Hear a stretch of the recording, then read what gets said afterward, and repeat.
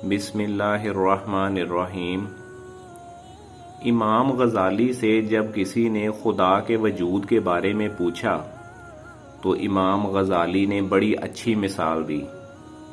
इमाम गज़ाली फरमाते हैं कि फ़र्ज़ करें आप शदीद भूखे हैं और आपके सामने खाना लाया जाता है। जैसे ही आप खाने की तरफ हाथ बढ़ाते हैं तो आपको बताया जाता है कि खाने में जहर है। अब आपके पास दो रास्ते हैं, खाना खा लें या छोड़ दें।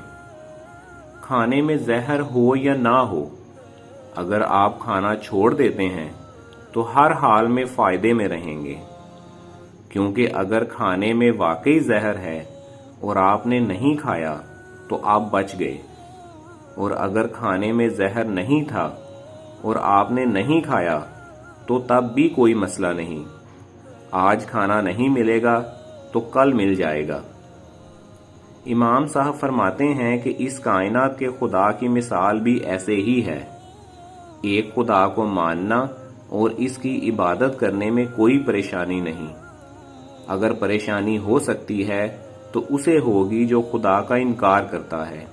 वो इस मिसाल से इस्तदलाल सिर्फ इस इंसान के लिए पेश करते हैं जो खुदा का इनकार करता है, ताकि वो बात समझ जाए कि खुदा को ना मानने का नुकसान हो सकता है, लेकिन खुदा को मान लेने में किसी किस्म के नुकसान का अंदेशा नहीं।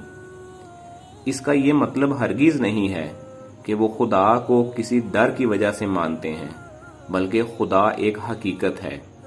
कमेंट में अपनी राय का इजहार करें और मज़ीद अच्छी वीडियोज़ के लिए हमारे चैनल को ज़रूर सब्सक्राइब करें।